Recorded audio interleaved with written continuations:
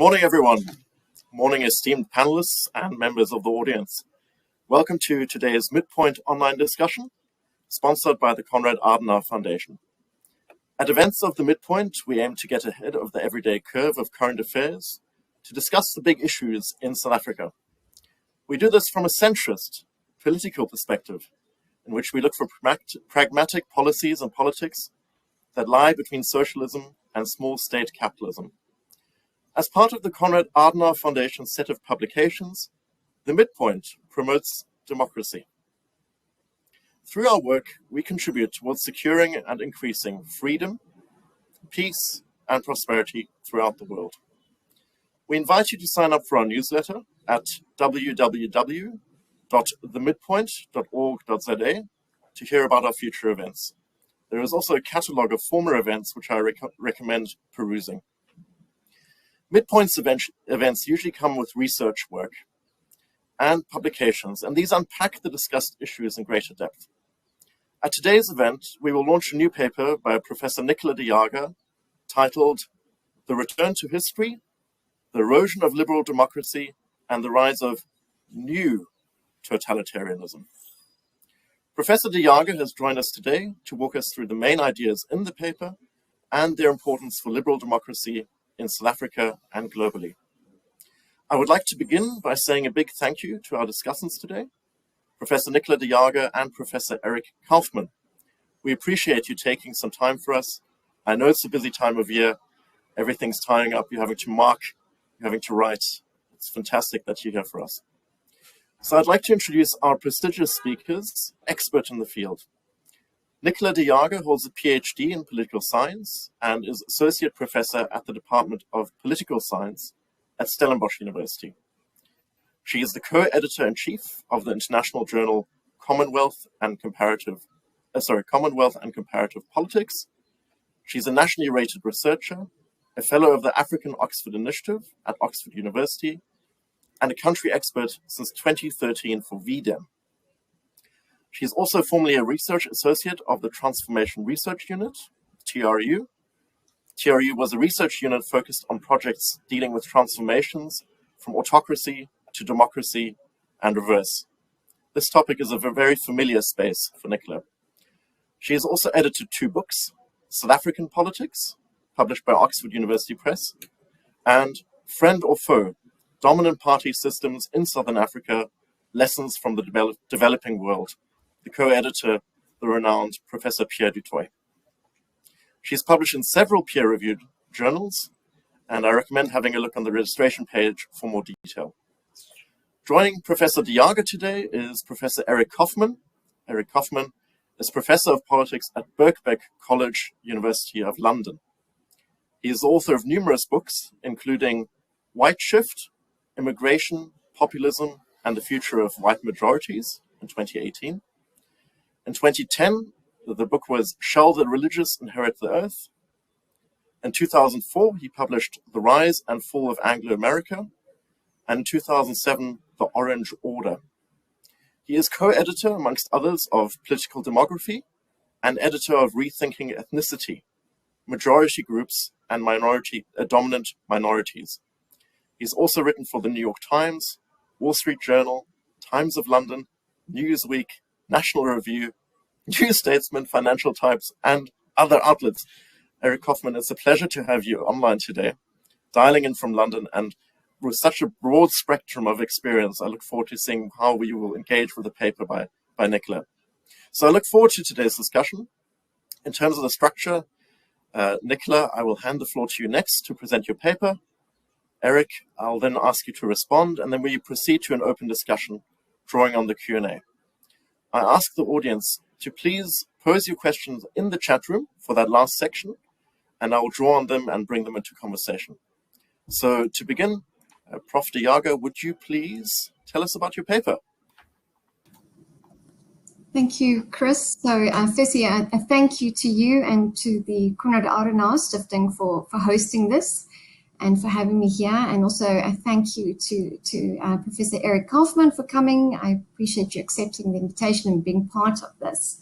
So perhaps I should start off with a bit of a disclaimer that this is the beginning of a research project. So this is the first paper, which is hopefully going to culminate in a book. So that is the idea, is that this is a thesis that I'm putting forward, an argument, a proposition, that and that maybe this paper is the start of that in terms of an outline of that proposition, which I will then expand into a book.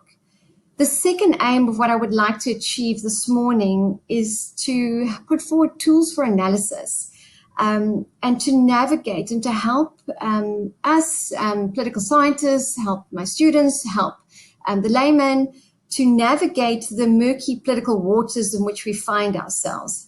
I think often I hear people speaking and acting in ways that are rather undemocratic and yet are put forward as democratic. And I think what has happened is that we've come so far along the way that we have become too familiar with it, what is a democracy, that we are unable to distinguish between different regime types. So that's my second aim, is to actually help, distinguish between the regime types.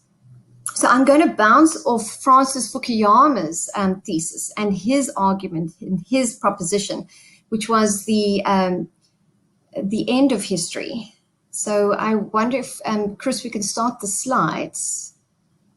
Thanks.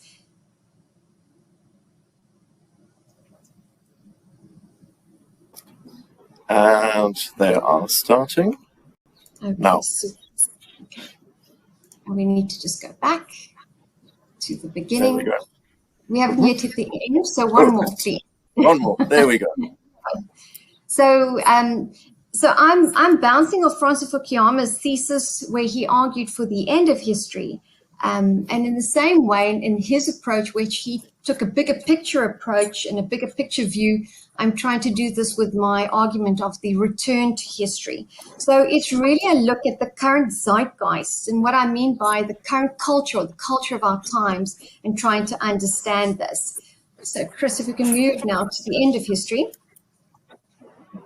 So Francis Fukuyama argued that the end of the Cold War signaled for him the unabashed victory of economic and political liberalism. The 20th century had been characterized by the rise and fall of totalitarian regimes and the accompanying democide or death by government of over 100 million people. Writing just prior to the fall of the Berlin Wall in 1989, Francis Fukuyama had optimistically presented the thesis of the end of history. His argument was that humanity had reached the end point of its ideological journey with the victory in the realm of ideas, but still to be attained in the real world. So Fukuyama was actually building on the German philosopher Friedrich Hegel's definition of history as a progression of human societies, that human societies were actually progressing, they were actually evolving, and where he was saying that we had evolved towards the end of history, which was the liberal democracy as a political regime type. So he said that there were overarching also values which laid the foundations for broader ideologies, and he called this the sphere of consciousness. And the sphere of consciousness, or ideas and ideologies, would eventually materialize in the real world, or the material world. So it was ideas, or the sphere of consciousness, which would drive material outcomes. We see the 1970s with the third wave of democratization spreading from Portugal, Latin America, Eastern Europe, and into Africa. It really appeared that Fukuyama's theory was manifesting in the real world. So we can move to the next one, please, Chris. So I argue differently that it may have initially looked like we were moving towards the end of history. And when I argue that we might be seeing a reverse and a change and a regress and the return to history. So my intention is not to deeply engage with Fukuyama's theory, but rather to bounce off it and present my own thesis, the return to history, saying that society does not always progress in a linear fashion, but can also revert and return. But similar to Fukuyama, I argue that the gauge or thermometer for looking for change is in values, the culture and prevalent ideologies. Also, in agreement with Fukuyama, I move from the assumption, which actually has much empirical backing, that a liberal democracy remains the imperfect ideal or the end of history. But we still remain as humans susceptible for elites to the lure of power and unhindered control, and for society to the promise of the perfect, the utopia. So what I'm arguing is that firstly, I'm looking at what is shifting in terms of norms and values, the sphere of consciousness, and saying that this first leads, the shift happens in the values and the norms before we start to see a change in regimes. So what do I mean by a regime? A regime is a means of organizing the relationship between the state and between society. So regime change is a fundamental change in the norms central to the nature of a regime. So if we see that change in norms, we should start to expect a change in regime. So what I'm not saying is that we are in a place of totalitarianism, but I am saying that there might be elements which indicate we are moving in that direction. If there is a global decline in the liberal democratic regime, it presupposes an initial decline in its foundational values, as well as a change in state-society relations. Chris. Others would also agree. Those who come from the period of totalitarian systems, so Alexander Solzhenitsyn, the author of the Gulag Archipelago, he wrote the following: there always is this fallacious belief. It would not be the same here.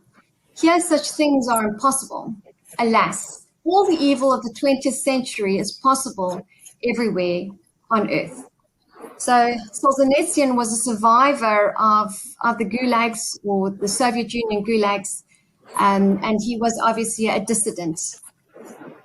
Martin Malier, who is an historian of socialism in Russia, wrote the following: the threat of totalitarianism did not disappear with the Soviet Union.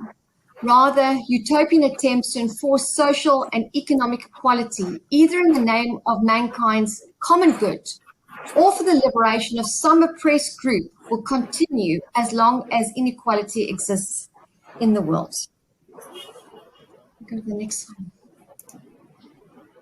So let's start with the imperfect ideal, liberal democracy. So liberal democracy comes from the classical liberal tradition. So I first want to point that out. This is not the American idea of progressive liberal democracy, but classical liberal democracy in the sense of a limited state and protecting individual liberties. So its foundation is in negative freedom. And actually the forerunner to liberal democracy is in the 17th and 18th century, what we call protective democracy, where democracy was seen less as a mechanism through which people could participate than as a device through which people could protect themselves from the encroachment of political authority. So it was really a response to this overextensive monarchical rule into people's private lives, and it was a pushing back of political authority. Democracy, unlike other regimes, is a system of separations. For without them, there will be no liberty. One of the key separations which distinguishes a liberal democratic regime from other regime types is the separation between the public and the private sphere. So where the public is limited, and then the private sphere or the personal is protected. And the importance of this, or to ensure this, there has to be restraint in the government intruding into the personal. It also requires an impartial state, so a state that doesn't act for special interests, but acts in the broader neutral and for broader public interests. It's also premised, very importantly, on innate human value. So every human being, irrespective of social category, is considered to be valuable. And this is where you get the value of equality of value, and from that emanates liberty, people's freedom to choose and make their own decisions. So if we go to the next one. So what we're seeing globally is a decline in liberal democracy, and many have actually acknowledged this and seen this. So according to VDEM, there were 44 liberal democracies in 2014, and this declined to 32 in 2020. Freedom House, which measures democracy in terms of civil liberties and political liberties, in other words, negative freedom, they noted 2021 being the 16th consecutive year of the decline of global freedom. Samuel Huntington, the author of the Three Ways of Democratization, he argued that freedom is intricately linked with democracy, so it's a core value. 8 out of 10 people currently live in countries that are ranked as not free or partly free. So there is definitely something happening. So that's democracy or liberal democracy. What is the other side? So the other side we would call totalitarianism. Thanks, Chris. And I would call where democracy can be the imperfect ideal. Totalitarianism is that false utopia, that promise of utopia. The opposite of liberal is actually not conservative. The opposite of liberal is total control of the political, the economic, and the social. It is a regime which seeks complete domination of society by the state, where the public sphere completely intrudes into the private sphere. All institutions apart from the state are banned, and all institutions which are not officially approved by the state are encroached upon and controlled. Its underlying value is positive freedom. And what we mean by this, the terms are problematic. But positive freedom means an extensive state to socially control production so as to distribute material goods supposedly for the common good. It's centralized power under elite control. So where liberal implies limited and devolved power, total implies unlimited and centralized control. These 20th century totalitarian regimes were characterized by the progressive destruction of independent civil society, centralized and controlled education systems, and a single moral code. Their ideological bedrocks were fascism and communism. Leszek Kolakowski, a Polish philosopher and initially an ardent communist, wrote the following in referring to fascism and communism, that both were forms of totalitarian socialism. While the former was nationalist in its aspiration, the latter was internationalist. But both converged around the idea of social control of production and distribution of material goods for the supposed common good. At its core, a totalitarian regime is a social re-engineering of society in accordance with and towards a supposed utopian vision. Unlike liberal democracies where core value is the innate value of every person, the individual in a totalitarian system is sacrificed for specified and identified groups. Chris, if we can go to the next one. Thanks. So a totalitarian system bounces off the idea of utopians, that perfection is possible. You can create the perfect society. If you can control and engineer people, you can create the ideal perfect society. So its goal is the transformation of society, not just political or economic, but transformation into the innermost being of people through the most personal, the heart and the mind. And that's why I said it's that social re-engineering of society by the state in accordance with a utopian vision. So here we also start to see collective conformity. Complete control is only possible when it succeeds in eliminating any form of resistance. And this is both natural and mental reality. That's why endemic to totalitarian regimes, as identified by Alexander Solzhenitsyn, Hannah Arendt, and George Orwell, as well as others, was lies. The root of totalitarianism at the individual level was to knowingly falsify your speech and action through compelling society to repeat falsehoods that caused them to cast aside their integrity and bound them to the leader, the party, and the regime by shame and complicity. Totalitarianism requires complete control And it's only achieved through that eliminating of all forms of resistance, even in terms of mental and thought resistance. So what happens in the place of truth are lies, and this then is replaced by power. It's pointedly illustrated in the words of George Orwell in his classic 1984. The party told you to reject the evidence of your eyes and ears. It was their final, most essential command.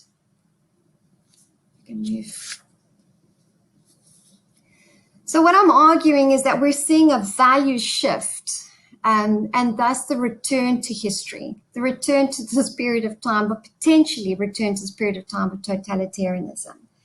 So if we understand regimes as organizing the relationship between the state and society, we need to understand what is happening in terms of values and norms in terms of the state and society.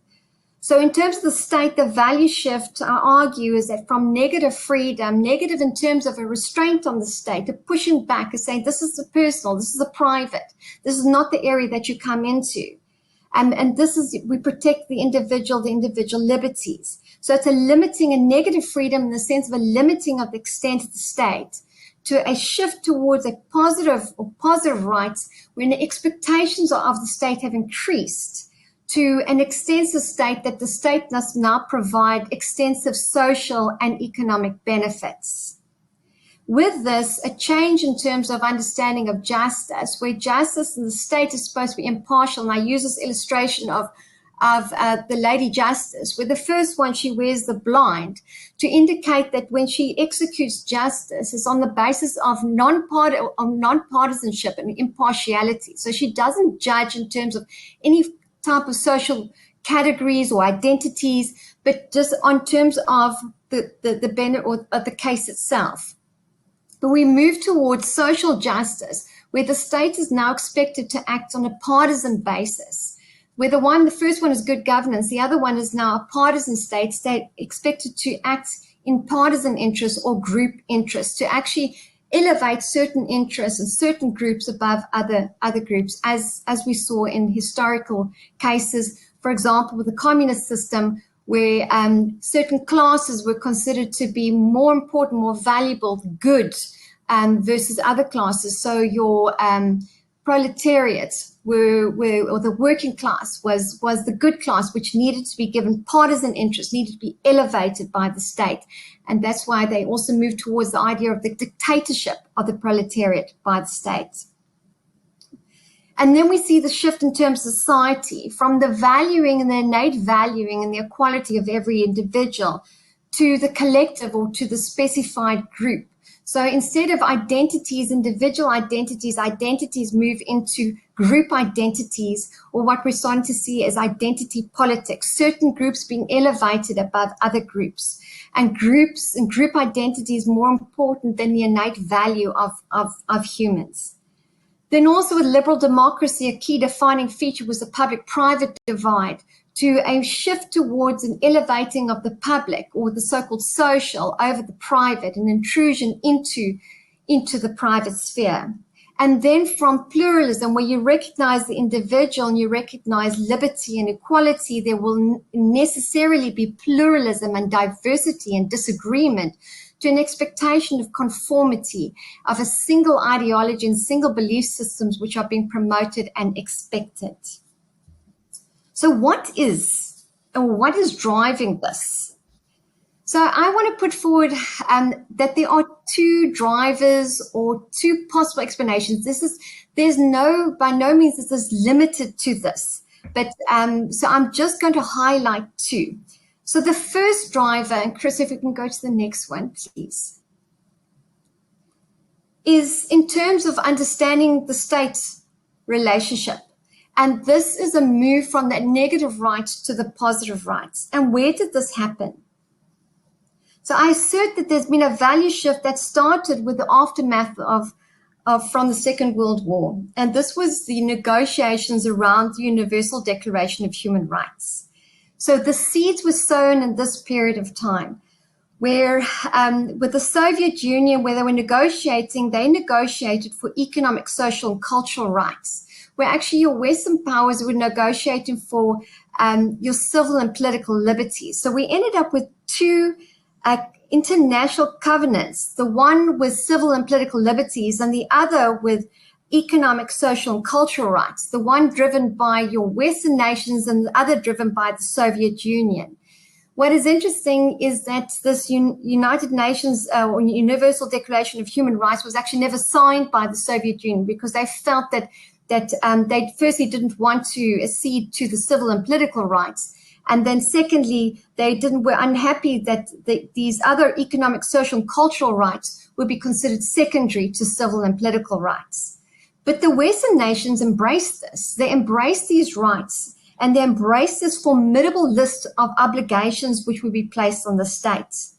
Social and economic rights are unmistakable in their socialist orientation and have led to the extensive expansion of the state into what we see as welfare manifestations. So this extensive state. So it might not have been deliberate, but we see the Soviet Union having left behind the seeds for the return to socialism. The other shift, or driver of the shift, if we can move to the next one, please, Chris. In terms of shifting ideas of the society and transforming society, you remember one of the key aspects of a totalitarianism is that drive into society, that blurring of the divide between the public and the private, and so that elevating of group interests over the individual. And I would argue that this is actually happening within the academia itself and is being driven through the academia, that there's a fairly long history of this, but it's now become very prevalent within inside the academia and is moving outside the academia into the public area as well as into private institutions. We see this with the spread of critical theory. While called theory, it is actually not a theory. Theories are presentations of possible explanations for a phenomenon. Theories can be tested, should be tested, and are used to better understand or explain the world or a trend. They attempt to understand what is. On the other hand, critical theory presents rather what should be. So it's normative, it's prescriptive. Critical theory does not seek to understand what is. It does not seek to do empirical research, but it seeks to rather transform society in terms of norms and values. So critical theory moves from the assumption of systemic oppression. It is a philosophy born out of German idealism and is tied to the critical philosophy of Karl Marx. Everything is seen and viewed and analyzed through the prism of power. It holds that every society is divided into those who have power and those who do not. And those who have power are always going to oppress those who do not. These categories are based on group identities and expansion going beyond Marx's category of class and economic status to include race, sex, sexual orientation, gender identity, physical ability, age, weight, and many other classifications. And so what is set up is a matrix of oppression, where the members of the first group, those who have power, are considered to be permanently privileged and to permanently perpetuate various actions of oppression against the other group. The second group of members are then permanently considered to be victims, disadvantaged, and are deliberately and consistently oppressed. So the idea of critical theory is to supposedly disrupt society, to transform the current structures and norms of society.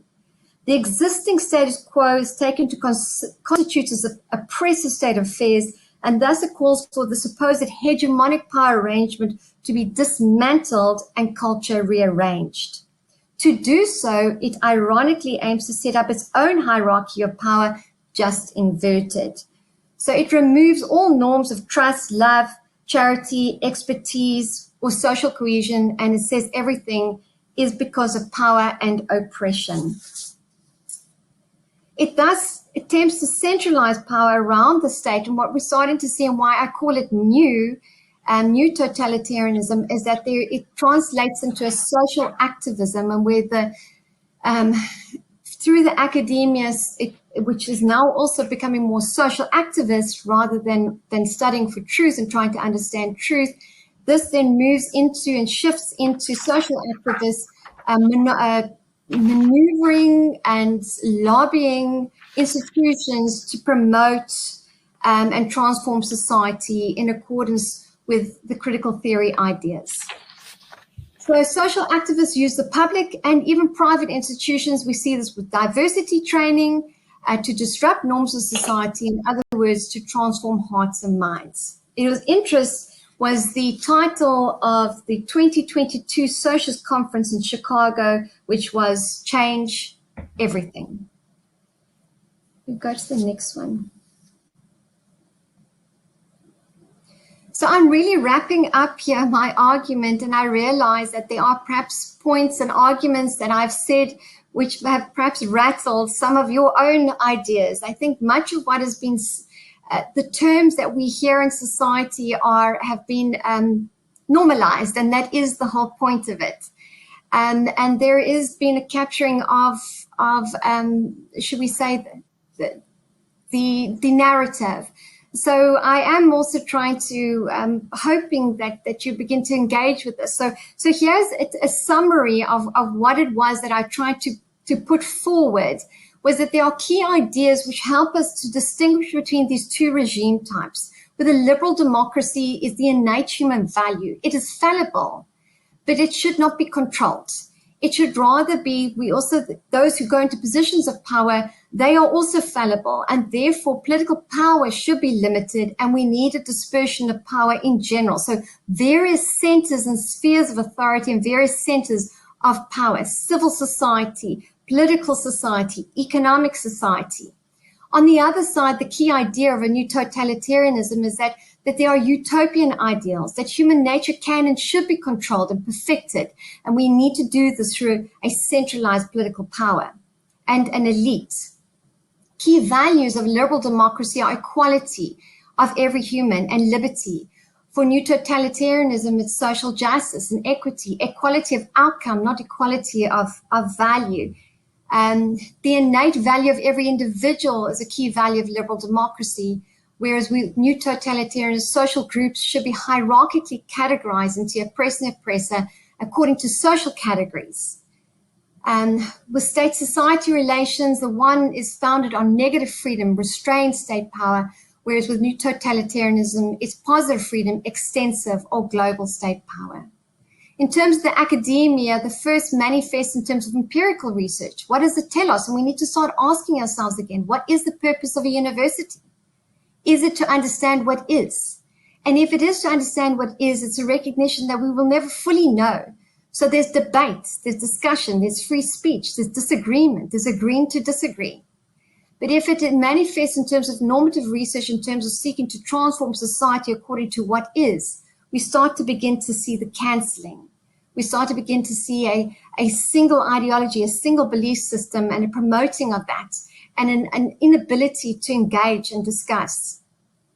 So the underlying ideology of the first, classical liberalism, the underlying ideology of other is Marxism and fascism.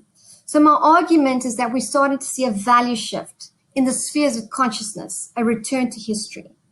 And in the pursuit of modern day utopias, we may have forgotten that there are historical lessons we should be reminded of. And I leave it at that. Thank you very much, Nicola. I think that last table in particular is fruit for a lot of discussion, not just during this event, but possibly afterwards. And I look forward to the longer research that you're going to do into as well. So I'm going to close this slide now and hand over to Eric Kaufmann to talk about his response. I can, of course, always pull up the slide again if it is useful for discussion. But for now, I'm going to stop that. And Eric, I hand the floor to you. Fantastic, Christian, and thanks, Nicola. I very much appreciate the opportunity to read this fascinating paper, and I found it extremely interesting, commending Nicola's work here.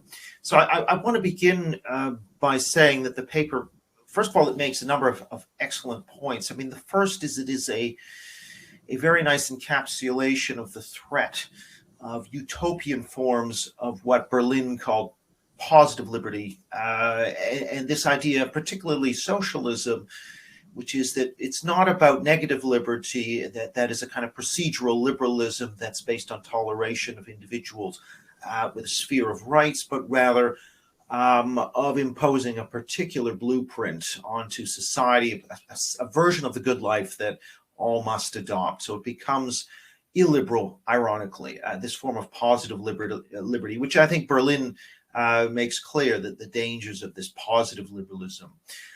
So that shift from negative to positive liberalism is really a cataloged very well in Nicola's paper. And how these have since reconstituted themselves from a more economic-based Marxian socialism to a more cultural form of socialism, what I call cultural socialism, in terms of critical theory or critical social justice theory, and the associated woke movement that is centered in academia, but has since migrated to other parts of society. The paper does an excellent job of drawing on classical writings of Solzhenitsyn, of Orwell, and others on what happens when you elevate positive liberty over negative liberty. And when utopianism trumps that classical liberalism, it leads very quickly to this idea of totalitarianism, which is, as Nicola mentioned, different from authoritarianism. It attempts to control civil society in the private sphere, and it actually moves from simply physical control to sort of thought control as well, which Orwell talked about and Hannah Arendt as well. Nicola's correct to point then to this shift to positive liberalism as the source of the problem, and that this has had a strong allure to intellectuals in the past, and it continues to have a strong lure to intellectuals in the present. The meaning of terms such as rights and freedoms have been corrupted. The meaning of words have been changed. So, for example, redistribution of wealth is talked about as kind of a right and as a kind of freedom, rather than simply being honest and suggesting that this is an abrogation of rights in order to advance another social goal. And we may agree with a certain amount of that, and I would agree with a certain amount of welfare state, but let's not pretend that that's an increase in individual liberty. It's a trade-off that we make as part of the good society. And what Nicola shows is that the modern woke movement shares, or the critical theory and modern wokery shares, that same focus on socialist utopianism, on positive liberalism, albeit transmuted into a cultural form, and shows how the critical theorists actually in some ways followed on via Marcuse and others. With the failure of class-based economic socialism, they pivoted to identitarian forms of socialism and positive liberalism, with an aim of changing the cultural consciousness of the population. I should also add that I really like the way Nicola also brings in the global context and the decline in measures of liberal democracy around the world in the past 16 years. Now, there are people who might criticize Freedom House in particular, less so VDEM, and whether and to what extent the coding does reflect these actual change. But I think there is a view certainly that the momentum towards increased liberal democratization has certainly stalled, if not reversed. So I think this is very useful context, I think, for what Nicola is talking about that's occurring in the West. So that the developments at the heart of the Western cultural elite seem to be having a corollary in terms of the return of history outside the West, with this regression in terms of the backsliding in liberal democracy. So now I do want, in the interest of not agreeing 100%, I want to sort of try and raise some areas of difference. And I think actually one of the most important is our view of the role of civil society and pluralism vis-a-vis the state.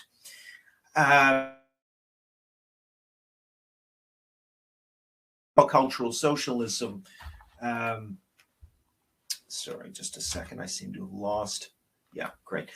What I see cultural socialism, it stems more from the bottom up than the top down. So unlike, for example, Soviet communism, where the state was in total control of society, or fascist Italy, for example, with the Nazis.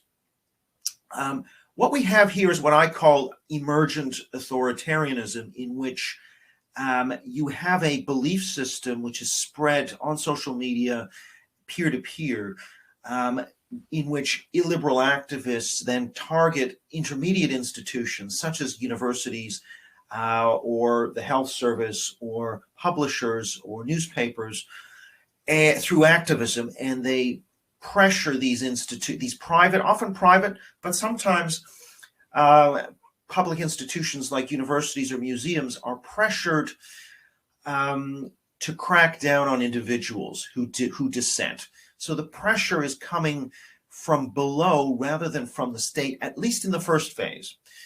And so the idea of intermediate institutions being a check on the power of the state in that classical liberal view, I think is not particularly relevant for what we're facing. I mean, it is partly relevant, but I also think it's in some ways not relevant, because what we're facing is what Jonathan Turley of George Washington University called private censorship. And John Stuart Mill also talks about the role of social norms as being in many ways more repressive even than government, as a threat to liberty. And so these intermediate institutions practicing a sort of administrative private censorship, whether this be tech firms, whether this be universities, these are what are driving a lot of the cancellation. For example, the well-documented increase in the number of targetings of professors to get them fired, or generally trying to cancel people from their jobs, trying to shut down speech through no platforming. This is largely driven by, I would argue, hot activism from below, putting pressure on intermediate institutions. Not only that, now, of course, it is possible that these activists and the institutions they capture can then in turn try and penetrate government and try and sort of take over governing apparatuses. So we have in Canada, where perhaps this process is furthest advanced, or in Scotland, attempts to police online speech, which are extremely draconian. So it won't be possible, for example, to express the opinion that, let's say, a woman is an adult human female. That would be constitute hate speech, under which you can be prosecuted. That's an example of what I mean by where this emergent authoritarianism reaches up into the state, and then, yes, the state then becomes an engine of this totalitarianism. But what I would say is, even though the state is involved in the criminalization of speech, or even the implementation of unconscious bias and diversity training, which tries to police individuals' thoughts and assign guilt even to unconscious activity, I think the bigger problem here is this private censorship and the peer-to-peer moral absolutism, which we see very strongly, by the way, amongst the youngest generation. Just to give you some numbers from some surveys I've conducted, if we take J.K. Rowling, if you ask whether J.K. Rowling should be dropped by her publisher amongst young British people 18 to 25, they split roughly evenly between those who want to see her dropped by her publisher and those who say no, she shouldn't be dropped. Whereas the over 50s, it's 85% no, 5% yes. So we've got an emerging generation which is much more morally absolutist. A paper by Jack Citron and Dennis Chong and Morris Levy at the University of Southern California shows, tracking this data in the General Social Survey, that there's been a shift towards moral absolutism that is generational. It's not to do with age, it's to do with generation. And I think this is the biggest threat that we're facing, because they will then enter the workforce, put pressure on their organizations to censor speech. And then, now, government, ironically, is actually one of the last institutions that can serve as a check on this private censorship. And so, ironically, the government, which is elected, it's the only institution that those who oppose this cultural socialism can hope to control, may actually be our best bet in terms of trying to contain private censorship. And the UK's Higher Education Freedom of Speech Bill, which involves government regulation of universities' ability to censor speech, is an example of what I'm talking about, where government action can be used to prevent these institutions clamping down on the freedom of individuals.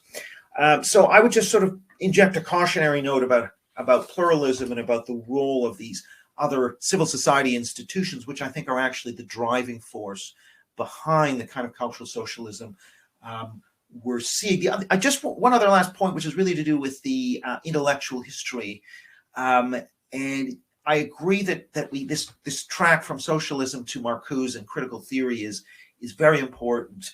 But equally, I wouldn't neglect a more sort of banal form of cultural socialism, which appears as early as the mid-1960s. And you talk about sensitivity training, affirmative action, hostile environment, all of these disparate impact, all of these terms become part of the lexicon in the 1970s, 60s and 70s in the US.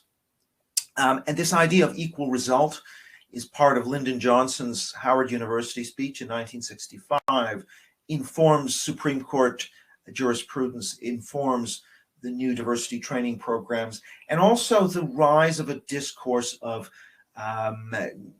what we could call a kind of therapeutic humanism, ideas of bullying, prejudice, trauma, emotional safety, the expansion of the meaning of these terms. That's all happening in the 1970s and 80s and 90s. And this sort of banal kind of view that you've got to be hypersensitive to historically marginalized groups, we've got to have equal results, that isn't necessarily coming from that radical socialist impulse, but it's kind of coming from this more, we've got to be nice and sensitive to people who've had a hard time.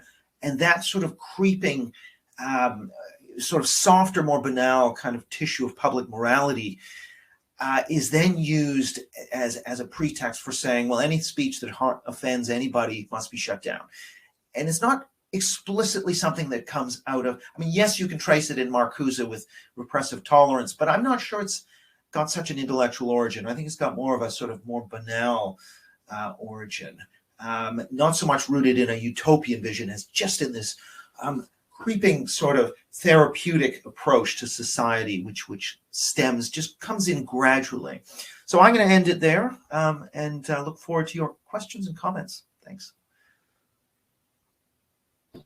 Yeah, thank you, Eric. You've just generated so much notes. It's a bit outrageous. And you can see there's also a bunch of questions coming through. I'm going to be a little bit selective because we are running out of time a little bit. But I'm going to pass it to Nicola first. There's a question here around South Africa being 28 years into democracy. And often when we speak about South Africa, we say we have the most modern, liberal, democratic constitution in the world. And it's full of obligations upon the state to provide water, electricity, rights. Now, without being extreme, how much of a liberal democratic perspective would you apply to the South African Constitution? How would you gauge it? Is the South African Constitution less democratic than we usually sell it?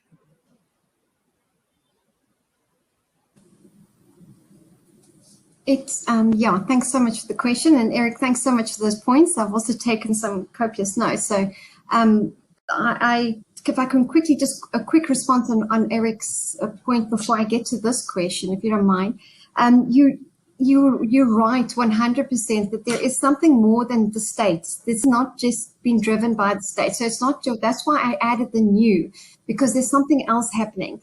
And it feels like they're lobbyists. And I think I haven't put this strongly enough through the paper, but there are lobbyists that are moving and using and changing and shifting policy. So it's less some kind of overarching leader that is driving his or her vision into society than it is definitely, I would say, social movements, perhaps less civil society than social movements that are lobbying and using the state to actually implement policy. I mean, we see it in South Africa around the education system and certain education policies that are being definitely driven by lobbyists.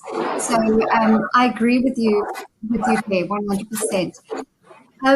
In terms of South Africa's, yes, so South Africa's, our constitution is lauded for being very progressive, and progressive in the sense of including a rather extensive positive rights.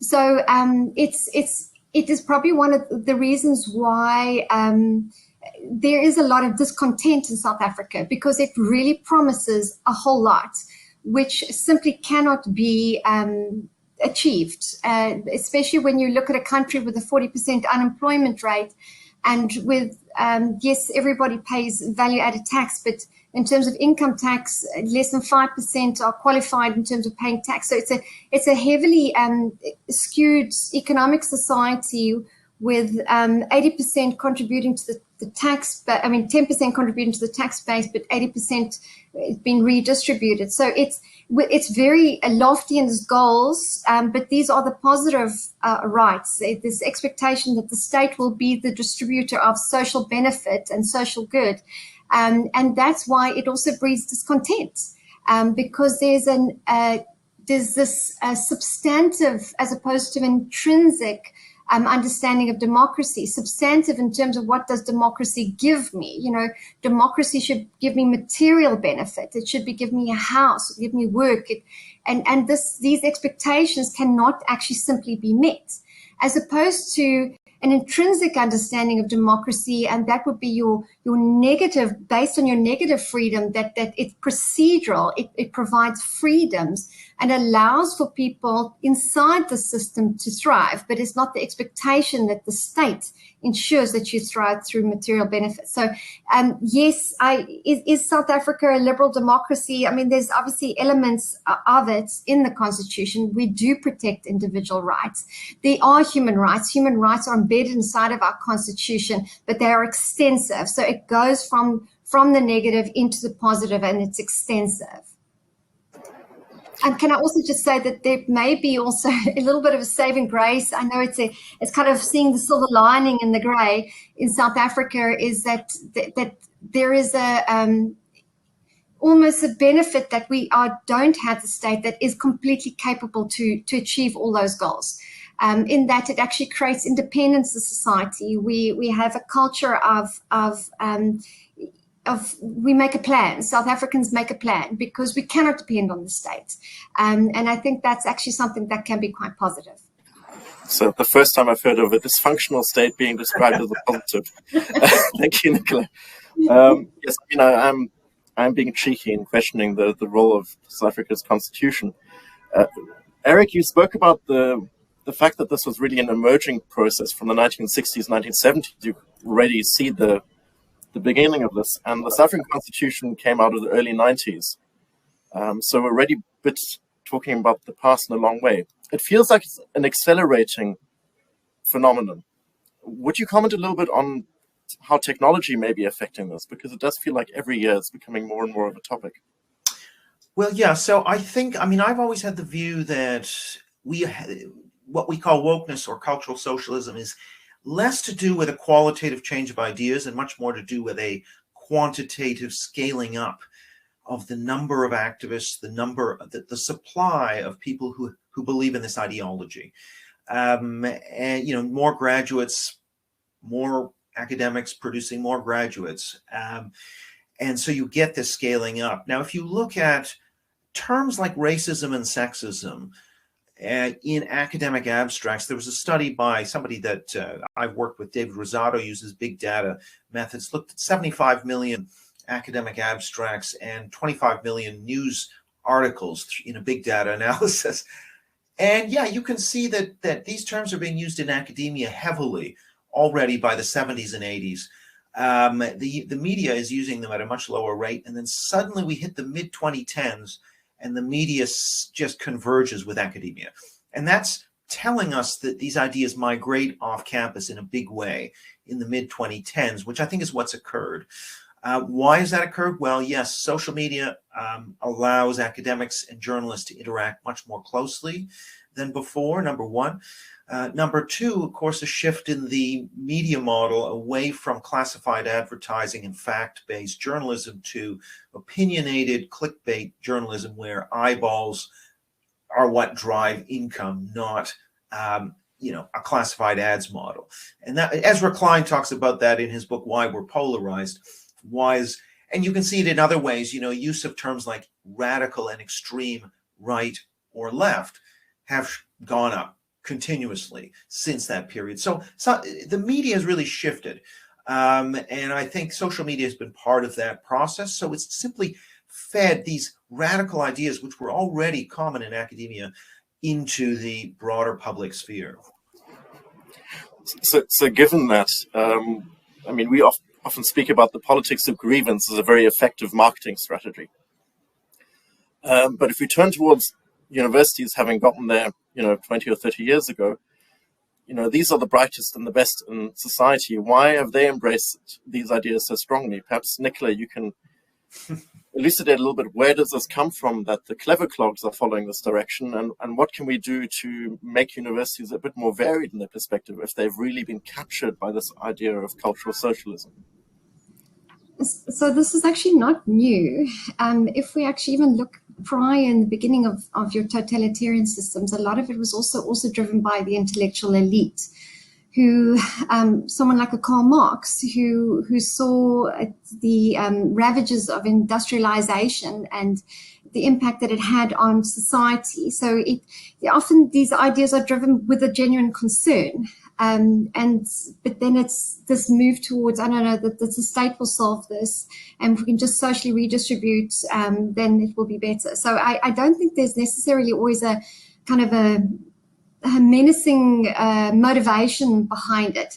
I think the other thing is just the shift in terms of the academia, and the work of Jonathan Haidt speaks to this, where the academia used to be more rounded in terms of diversity of thought. And the point with diversity of thought is that when there's engagement, we're supposed to rub off on each other. And what has happened, I think also from it's more recent, perhaps in the last 20 years or so, where you would have in the academia, it kind of two on the left to one on the right. Now we're sitting at about 27 on the left, and in the social sciences, he says about 60 on the left to about one on the right. And it's not allowing for that diversity of thought. So the universities are becoming a little bit like, echo chambers, and those who do disagree are becoming more unwilling to do so. And so we're starting to see the single thinking coming through the academia and into the students, and obviously that permeates into the media and into society and so forth. And so there's also this culture of agreeing to disagree, which should have actually emanated the debate, discussion, having ideas that perhaps you don't agree with, is now being shut down and starting at the academia, where this should have been happening. And now this kind of permeates into society. Did I answer your question?